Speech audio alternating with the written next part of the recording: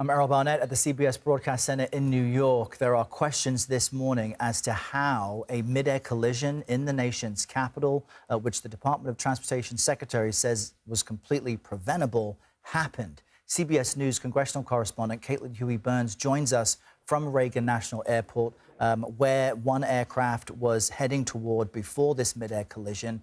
Caitlin, what do we know at this early stage about what the key focus is to figure out how it happened?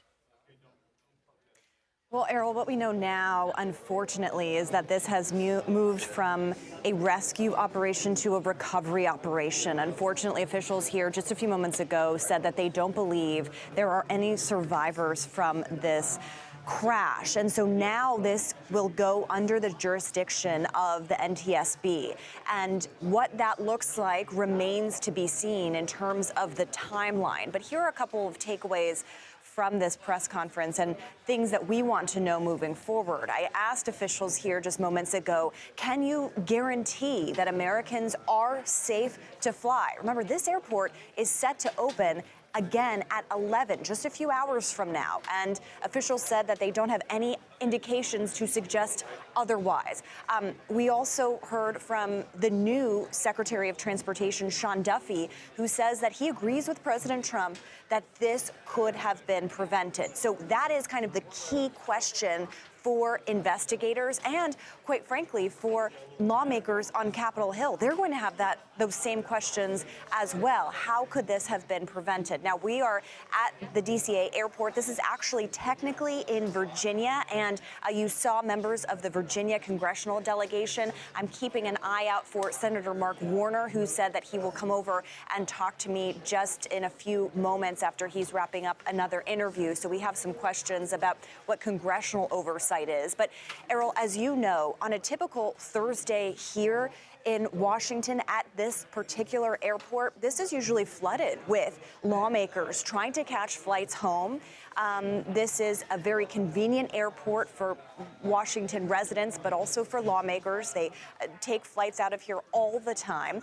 And they have also raised concerns, senators have, about the congestion at this airport. So while we're waiting to hear answers to questions about how this could have happened in the air, you've already had ongoing concerns from lawmakers who have been worried about the amount of flights that take off and land at this airport, given its size. So that figures to be a continued line of questioning. There's also a role for Congress here.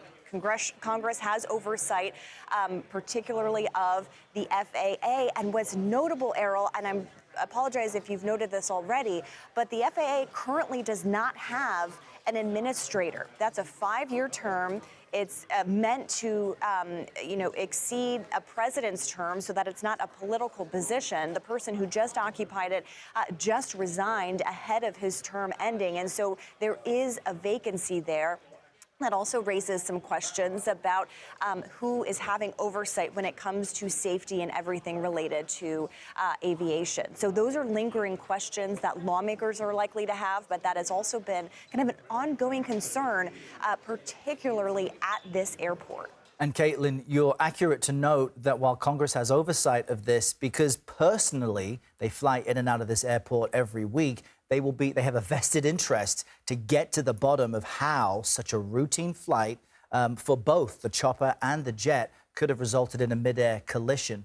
Certainly, if Senator Warner approaches you, feel free to jump into your Q&A live with us. But I do want to add that what they have in their favor, at the very least, is that they have the air traffic control recording where ATC confirms with the chopper to get a visual confirmation of the jet. The chopper confirmed it, and we will eventually have the black box, the data voice and data flight recorder from the jet at some point. What then, when that information is gathered, do we expect them to do with it? What could be an outcome here if it was as simple as a miscommunication from ATC to the Black Hawk chopper?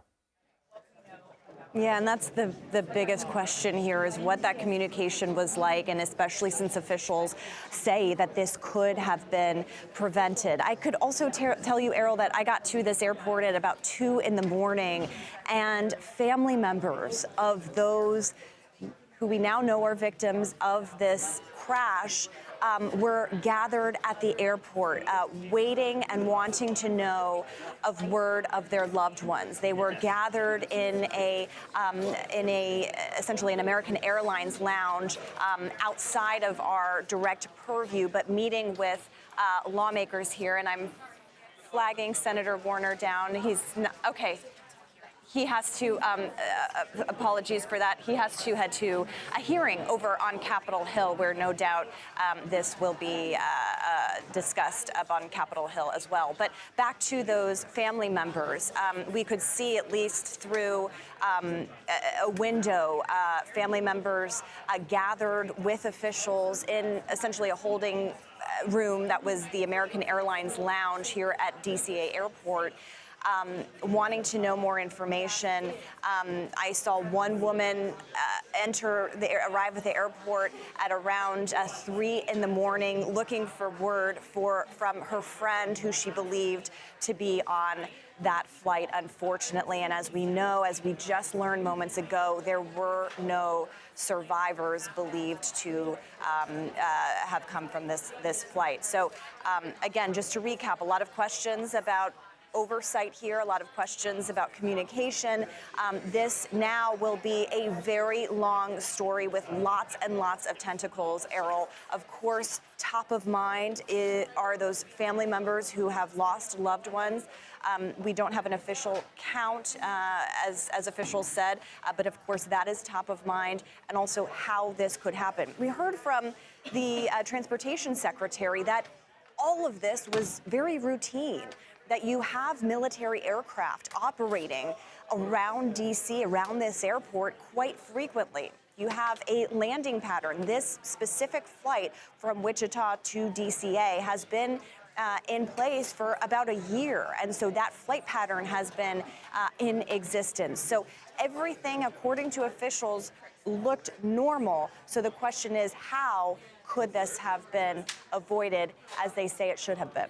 And so many friends of victims, relatives, they have the desperate question this morning of what happened, how can they know more? And our hearts just go out to them and all relatives of this tragedy. Caitlin Huey-Burns joining us live from Reagan National Airport there just outside Washington, D.C. in Virginia. Caitlin, thank you